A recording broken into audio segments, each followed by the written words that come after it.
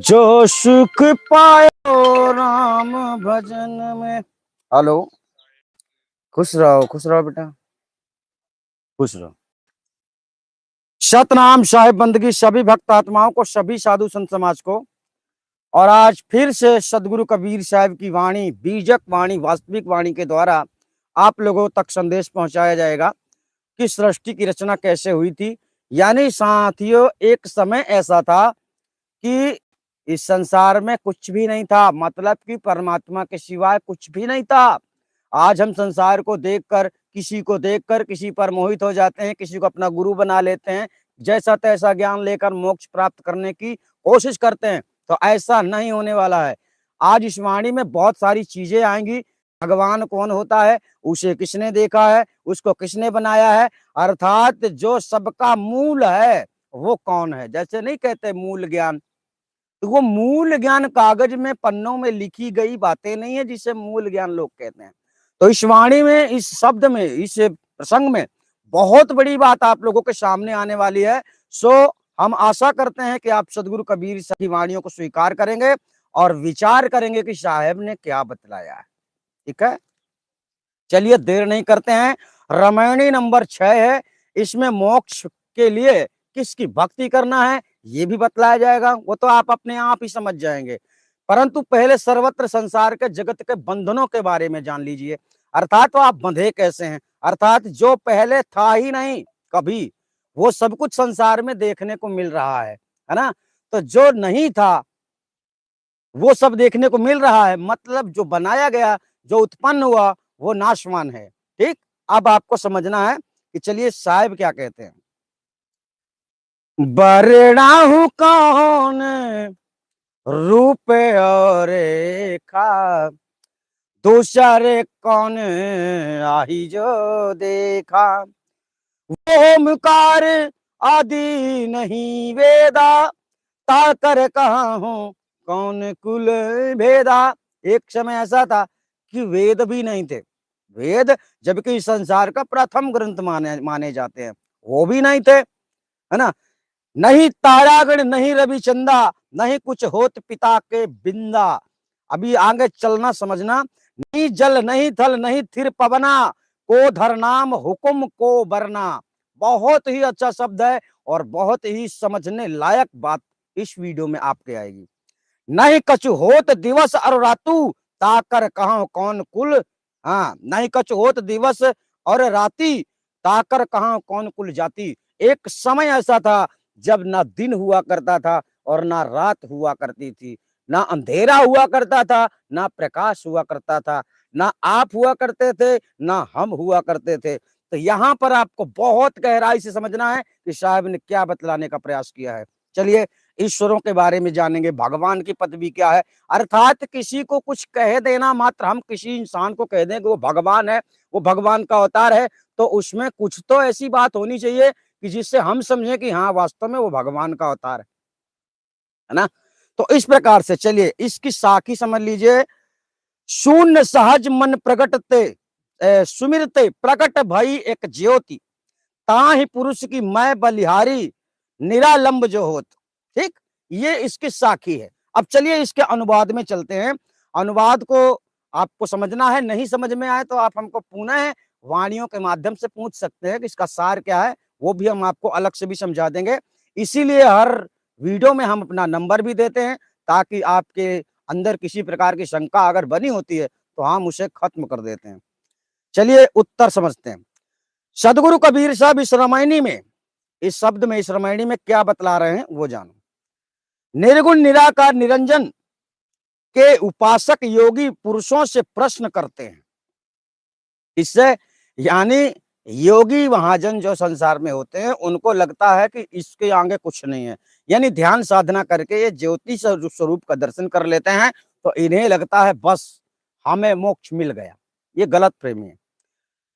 प्रश्न करते हैं कि उस निर्गुण निराकार ब्रह्म निरंजन का कौन रूप और रेखा, अर्थात आकार रंग का चिन्ह लक्षण है, अर्थात उसका क्या रूप रंग आकार चिन्ह है, सो वर्णन करो। यानी सदगुरु कह रहे हैं कबीर साहब वह ब्रह्म निरंजन को सदगुरु कबीर साहब भगवान की पदवी दे रहे हैं, लेकिन उस भगवान को भी किसी और ने बनाया है। एक शब्द से आप सुनिए, 10 अवतार निरंजन कहिए सो करता नहीं होई, वह तो अपनी करनी भोगे करता और ही कोई। ध्यान रख, इस दुनिया को जिसने बनाया है ना, संकल्प शक्ति से जिसने जगत को प्रकट किया है, उसका भी कोई मालिक और है। आगे चलते हैं, वह कैसा है अभी तो पूछ रहे साहब, उसके क्या लक्षण हैं सो कहो, और वह दूसरा कौन है कि जो उसने उसको देखा है। सदगुरु कबीर साहब कह रहे कि कौन है जिसने उसको देखा है, क्योंकि अभी यहां पर यह समझो कि जगत प्रपंच कुछ है ही नहीं, तुम नहीं हो, हम नहीं है, तो किसने देखा? किसको?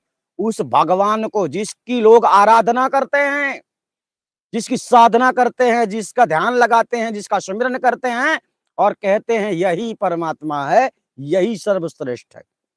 ऐसा लोगों का समझना है। लेकिन यहां प्रश्न कर रहे हैं सदगुरु कबीर साहब कि जब जगत प्रपंच कुछ भी नहीं था, तब उसको किसने देखा? आगे चलो, आदि सृष्टि के प्रथम में, यानी सृष्टि रचना के पूर्वांत पहले, आदि सृष्टि के प्रथम में ना तो वेदों का आदि मूल ओमकार शब्द ही था। वेदों का मुख्य मंत्र ओमकार माना जाता है, वही बात यहां पर समझा रहे। प्रथम ना तो वेदों का आदि मूल ओमकार शब्द ही था, और ना उसका प्रतिपादन करने वाले वेद ही थे। अब आपको उस समय में ले जाया जा रहा है जब वेद ही नहीं था, ठीक? क्योंकि ये तो सब आदि सृष्टि अंतर्गत चैतन्य आत्मा निरंजन से उत्पन्न हुए हैं। चैतन्य आत्मा निरंजन, अब ये शरीरधारी निरंजन अलग हुआ, और जो चेतन आत्मा उसी ने निरंजन का स्वरूप धारण किया वो अलग है। अब यहां थोड़ा समझना आपको। निरंजन से उत्पन्न हुए थे क्या? वेद वगैरह।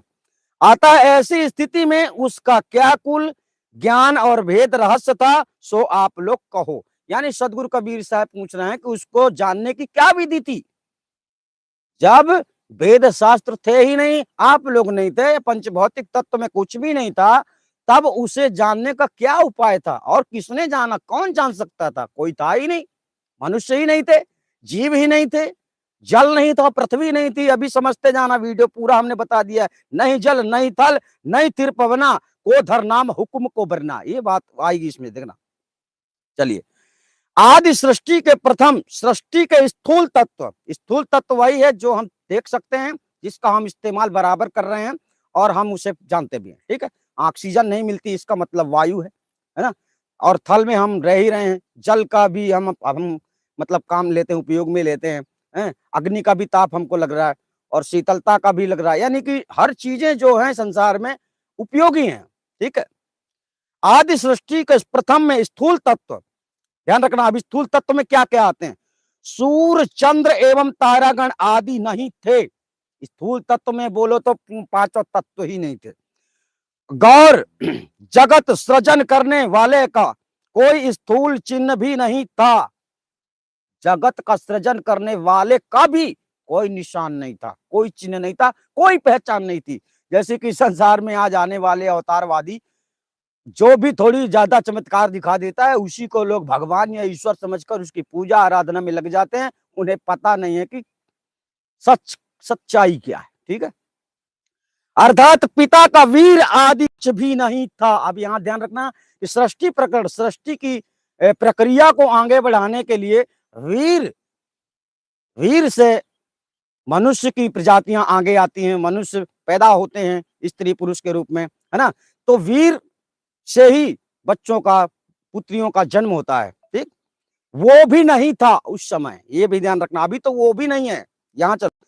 एवं सूक्ष्म तथा स्थूल देहधारी कोई भी नहीं था।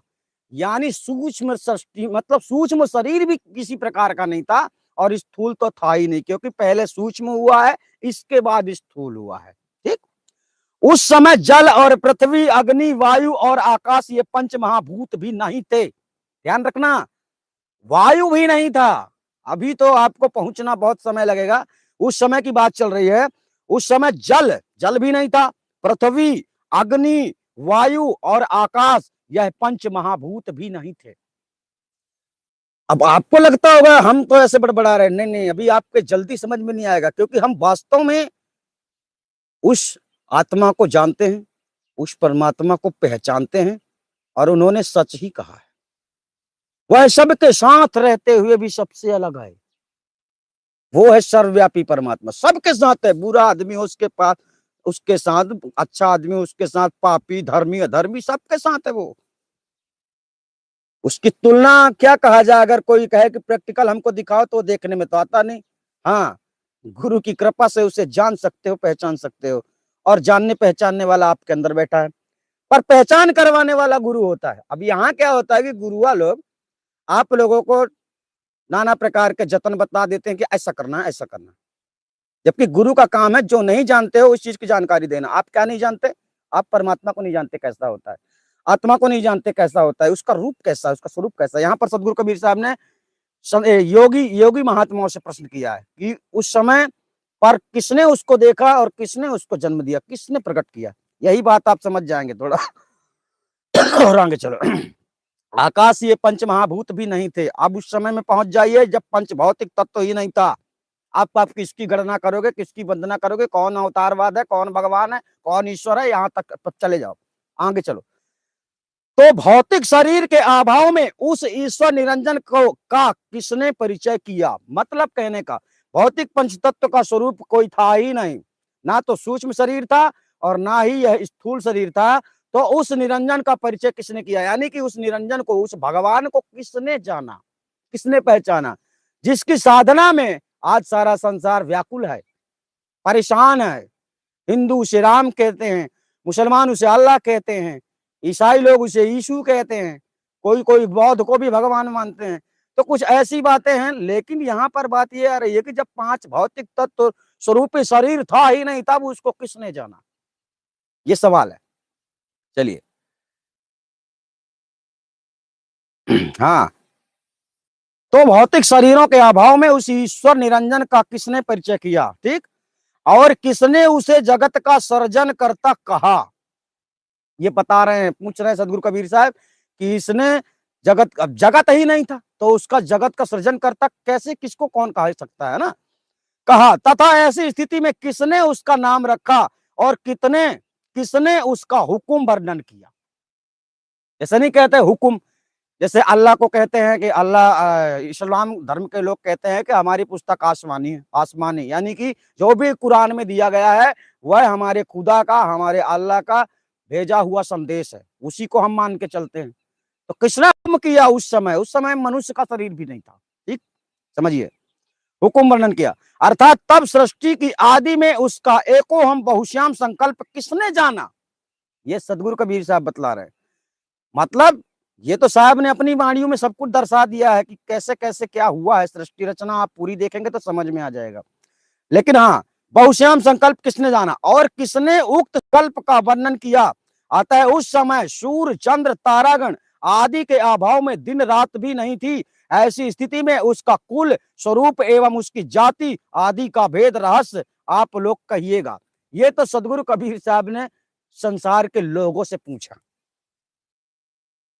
जैसे कोई राम के उपासक हुए, कोई कृष्ण के उपासक हुए, कोई अल्लाह के उपासक हुए, है ना। ये मतलब भगवान आप ऐसा समझते हैं कि वही श्रेष्ठ है, इससे बड़ा कोई नहीं, है ना। तो इस प्रकार में उस स्थिति की बात कर रहे हैं कि जब संसार में पार्थिव शरीर नहीं थे, यानी कि स्थूल शरीर नहीं था, सूक्ष्म शरीर नहीं था, तब उसको जानने वाला कौन था, जिसकी आराधना में लगे हो और आपको लगता है कि हमको उसकी भक्ति से मोक्ष मिल जाने वाला है। तो ऐसा संभव नहीं है, ठीक है। आगे समझिए, व्याख्या विशेष रूप से यहाँ पर समझिए। सदगुरु कबीर साहब कहते हैं कि यदि यह कहा जाए कि शून्य ब्रह्मांड विराट के अंतर्गत जो प्राणों के विरोध तथा मन के सहज स्मरण करते ही एक महान ज्योति प्रकट हुई है, वही ज्योतिर्मय ओमकार ब्रह्म निरंजन है, तो वह महान ज्योति प्रकाश पुंज ओमकार शब्द संयुक्त चेतन आत्मा के माध्यम से शून्य मंडल के अंतर्गत प्रकट हुई है। एक बात और ध्यान रखना है, कोई भी कार्य संसार में अपने आप नहीं होता है, ठीक, करने से ही होता है। आपके ऊपर तांत्रिक क्रिया कर दी जाए तो आप उससे प्रभावित हो जाएंगे। आपको कोई भूत प्रेत बाधा परेशान करने लगे तो आप परेशान होंगे, पर अपने आप कुछ भी नहीं होता। इस शरीर में एक एक मतलब कहते हैं फोड़ा, हम लोग बोलते हैं फुड़िया, छोटी छोटी चीजें। अगर शरीर में कुछ होता है ना तो कुछ करने से ही होता है, किसी न किसी के कारण से होता है, यानी कारण शरीर का पतन है और महाकारण इस संसार का रचना करने वाला ब्रह्म निरंजन। और चेतन आत्माओं का मूल महाकारण महाचेतन सतपुरुष परमात्मा कहलाता है। इसलिए वो सर्वश्रेष्ठ है और वह जिस स्थिति में रहता है उस स्थिति तक पहुंचने के बाद आप मोक्ष प्राप्त कर सकते हैं, ना कि अपने ढकोसला करने से, आडंबर करने से, यहाँ संसारी लोगों के गुणगान करने से आपका कुछ नहीं होने वाला है। ये युद्ध, ये लड़ाई अपनी है, अपनी जंग है ये। आप जितना गलत विचार करते हैं आप अपने ही पैर पर कुल्हाड़ी मारने वाला काम कर रहे हैं। आप जितना सत्य को खोजने का प्रयास करते जाएंगे, जितना सत्य को समझते जाएंगे, उतनी ही आपकी ताकत बढ़ती जाएगी और उसी में आपका रास्ता है, उसी में आपका मंजिल है। अगर आपको लगता है कि इस संसार में कोई तुम्हें बचाने वाला है तो कोई तुम्हें बचाने वाला नहीं है, ध्यान रखना। बचाने की, अपने स्वयं की रक्षा करने योग्य तुम्हें बनना है। कोई किसी को नहीं बचा सकता। गुरु की करनी गुरु भलेगा, चेला की करनी चेला। ये ध्यान में रखना है कि शरीर रूप से अगर आपने किसी को भगवान या फिर परमात्मा या फिर ईश्वर मान लिया है तो आप समझ लेना कि आपका जो सोचने वाला मैनेजमेंट है वह कमजोर है, यानी कि आप कम दिमाग वाले हैं। विवेकशील बनना है आपको। सदगुरु कबीर साहब आपको ताकत देते हैं अपने ज्ञान से, ठीक है, समझिए। साहेब की जो वाणियां है, वास्तविक वाणियां, उनको तो आपको आंख मूंद के, कान बंद करके सुन के समझ लेना चाहिए, यानी कि उनकी बातों पर अगर शंका ना करें तो ज्यादा अच्छा है। और खुशी की बात यह है कि अब आप लोगों को कबीर का वो वास्तविक ज्ञान मिल रहा है जो कि संसारी लोग छुपा रहे हैं। जानते हो क्यों? क्योंकि उनके पास वो मूल चीज नहीं है जिसकी बात बीजक कर रहा है, इसलिए ये लोग बीजक नहीं बोलते। और बोलेंगे भी ना तो जब पूर्ण ज्ञान होगा तभी वो दे सकते हैं, तभी उसका पूरा अनुभव भी बता सकते हैं। और जिसके पास जो चीज है नहीं वो उसकी व्याख्या क्या करेगा और वो उसके बारे में बताएगा क्या? ठीक। अंतर्गत प्रकट हुई, शून्य मंडल के अंतर्गत प्रकट हुई, यानी कि चेतन आत्मा के माध्यम से वह ज्योतियां प्रकट होती हैं, जिस ज्योतियों को योगी पुरुष देखकर सोचते हैं कि हम परमात्मा के दर्शन कर चुके। ठीक, ऐसा नहीं है।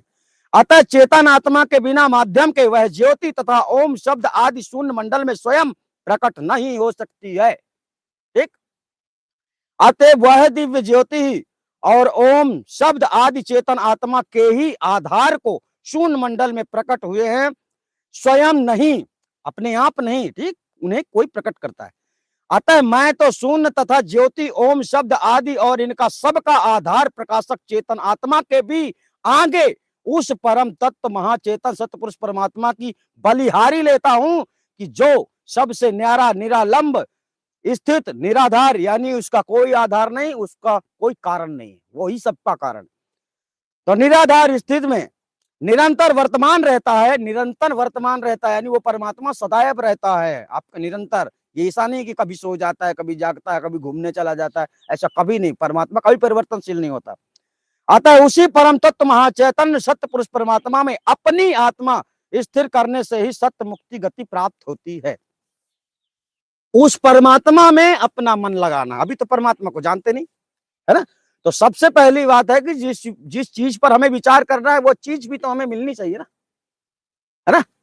तो उस परमात्मा को हमें जानना है। जब हम उस परमात्मा को जान लेते हैं तब हम अपनी स्थिति इस संसार से हटाकर मतलब उधर पटक देते हैं। कहते हैं ना, जाके सूरत लगी है जहां हवा, कहाँ कबीर से पहुंचता हवा। तो जब परमात्मा को आप जान लेंगे तब परमात्मा पर आप विचार करेंगे, परमात्मा ऐसा है। फिर तुम्हें अपने आप समझ में आने लगेगा कि ये सारा मिथ्या संसार कितना है और सत्य कितना है। ठीक, तो तुम्हारे अंदर बैठकर सुनने वाला जो सत्संग सुन रहा है वही सत्य है, जो बोल रहा है वही सत्य है, जो इसके अंदर बैठकर खा पी रहा है वही सत्य है। वो कौन है, यह जान लेने के बाद ही मुक्ति संभव है। तो बात यह है कि आत्मा और परमात्मा, कुछ लोग कहते हैं कि अपने आप को जान लेना है बस। अपने आप को तो तुम कब से जान रहे हो, आज तक नहीं जान पाए। फर्क इतना है कि अपने आप को जान लेना परमात्मा को जानने के बराबर है, परंतु अपने आप को जानकर अभिमानी में नहीं रहना। उस परम गति स्थिर को स्थिति को प्राप्त करने के लिए वह तो एक जगह है जहां तुमको जाना है। ये मत सोचना कि तुम इस संसार में ज्ञान पा गए कुछ भी करो। गलत मार्ग पे चलोगे तो तुम कितने भी अमीर आदमी हो, कितना भी दौलतमंद हो, आपको जेल जाना ही है। तो वही बात है कि इस संसार की रहनी गहनी संभाल कर चलना होता है। तुम्हारे सतमार्ग ही तुम्हारी विशेष साधना है।